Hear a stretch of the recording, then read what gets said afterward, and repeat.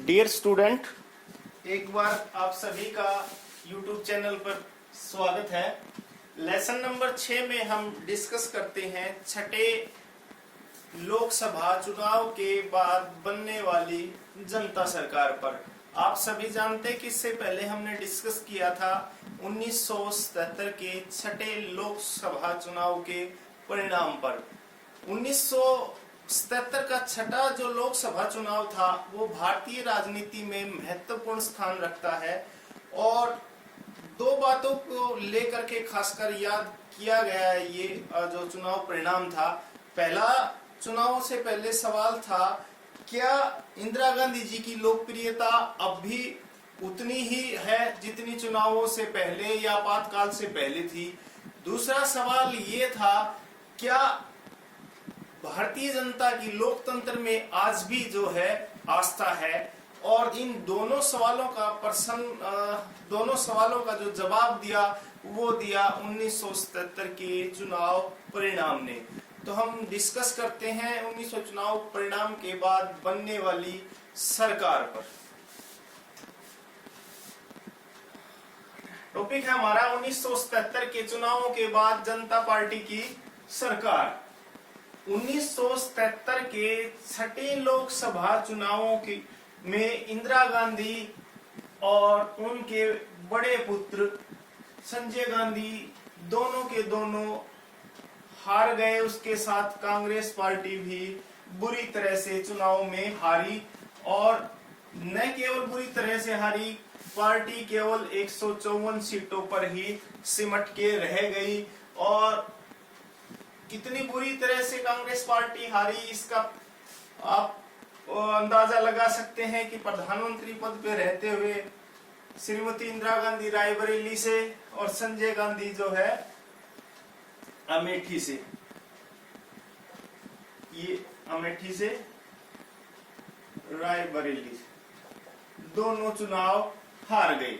और इसके बाद जनता पार्टी जो गठबंधन था और उसी समय नया नया बना था, उसको चुनाव में भारी सफलता मिली और 330 सीटें उस गठबंधन को मिली और अकेले जनता पार्टी को 295 सीटों पर जीत हासिल हुई।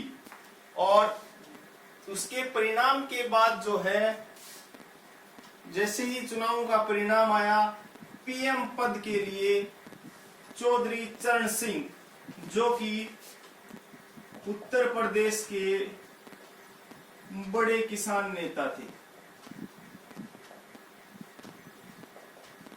और दूसरे व्यक्ति, पहले व्यक्ति चौधरी चरण सिंह, दूसरा जगजीवन राम, उनको भी राजनीतिक काफी अनुभव था,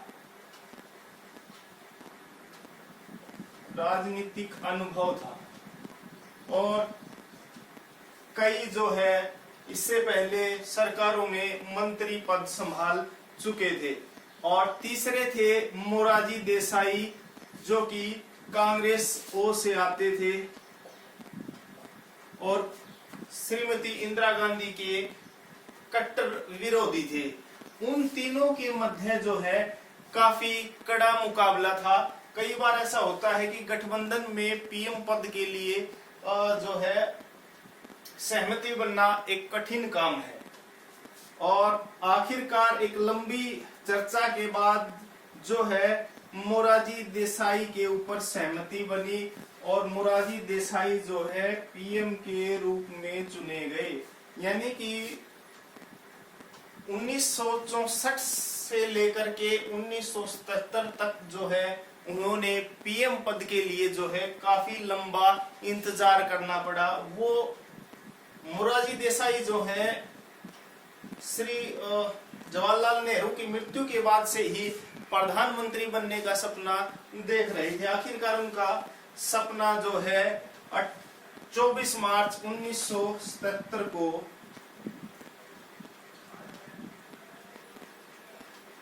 पूरा हुआ। लेकिन इसके बाद भी जो है आपसी खींचातान काफी जो है जनता पार्टी में बनी रही। और इसके साथ साथ मोरारजी देसाई पर हम अगर बात करें तो मोरारजी देसाई जो है प्रथम गुजराती थे प्रथम गुजराती पीएम और सबसे वृद्ध जो है पीएम का खिताब उनको जाता है।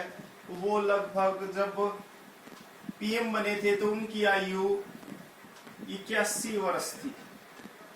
तो सबसे, और इसके साथ साथ में पहले गैर कांग्रेसी भी थे, प्रथम गैर कांग्रेसी।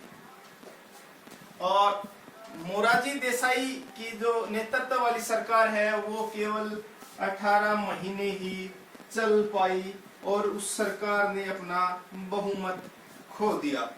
और मोरारजी देसाई जो हैं 24 मार्च 1977 से लेकर के 28 जुलाई 1979 तक जो है प्रधानमंत्री रहे, लगभग 18 जो है माह।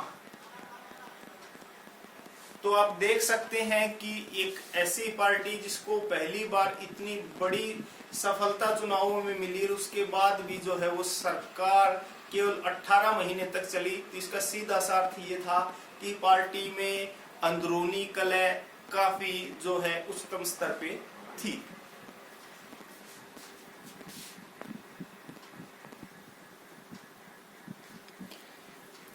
जनता पार्टी की जो सरकार थी वो केवल 18 महीने ही चल पाई। बहुत सारे राजनीतिक आलोचक जो हैं वो मानते हैं कि पार्टी जो है बहुत दिनों तक सत्ता में न रहने का एक प्रमुख कारण ये था कि जनता पार्टी जो है एक दिशाहीन पार्टी थी। इसका अर्थ क्या है कि भाई सरकार के पास कोई खास विजन नहीं है, कोई लीडरशिप नहीं है। इसके कारण जो है जनता पार्टी को बहुमत मिलने के बाद भी जो है लोकसभा कार्यकाल पूरा नहीं कर पाए। और उसके बाद मोरारजी देसाई जी के बाद जो है चौधरी चरण सिंह जो है, जैसा कि हमने पहले भी जिक्र किया, चौधरी चरण सिंह यूपी से आते थे, एक बहुत बड़े किसान नेता थे। तो मोरारजी देसाई के बाद चौधरी चरण सिंह जो है कांग्रेस पार्टी के समर्थन से पीएम बने। यानी कि मोरारजी देसाई के बाद पीएम कौन बने? चौधरी चरण सिंह। और किसके समर्थन से? कांग्रेस पार्टी के समर्थन से। कांग्रेस पार्टी ने हालांकि ओपोजिशन से आते थे चौधरी चरण सिंह, लेकिन उन्होंने केवल इसलिए जो है उनको समर्थन दिया था क्योंकि मोरारजी देसाई को जो है पद से हटाना और जनता पार्टी में फूट डालना उनका मकसद था। नंबर 8 पे है, यह गठबंधन भी अधिक दिनों तक जो है नहीं चल पाया और केवल 4 महीने या 4 माह तक जो है सरकार चली। और कांग्रेस द्वारा समर्थन लेने के बाद जो है सरकार अल्पमत में आ गई। अल्पमत का मतलब ये है कि लोकसभा में सरकार के पास अब जो है बहुमत साबित करने के लिए पूर्ण जो है आंकड़ा या जो है बहुमत नहीं है।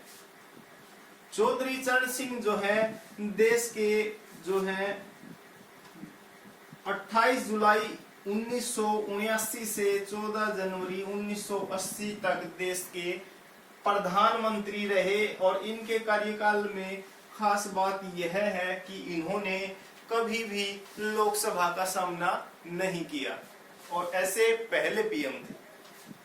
और नंबर 10 पे है चौधरी चरण सिंह जी ने कभी भी लोकसभा का सामना नहीं किया।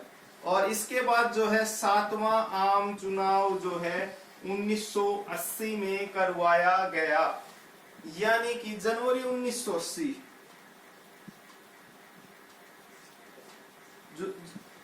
जनवरी 1980 में 7वां आम चुनाव करवाया गया। और इसमें जनता पार्टी की एक खास बात यह थी कि जनता पार्टी ने 1978 में जो है ओबीसी को केंद्रीय नौकरी में 27% आरक्षण देने के लिए मंडल आयोग का गठन किया गया।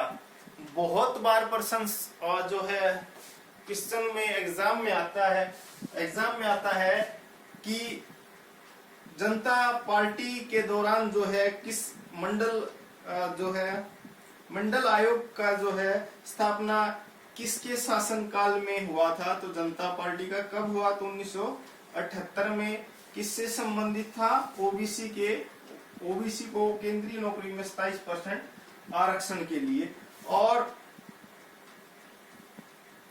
ये महत्वपूर्ण, इसके बारे में, मंडल आयोग के बारे में हम आपकी पुस्तक का अंतिम अध्याय में डिटेल से पढ़ेंगे कि ये मंडल आयोग क्या था, इसके जो अध्यक्ष कौन थे, इन्होंने कब जो है अपनी रिपोर्ट सबमिट करी, और कब इसके बाद में मंडल आयोग की सिफारिशों का जो है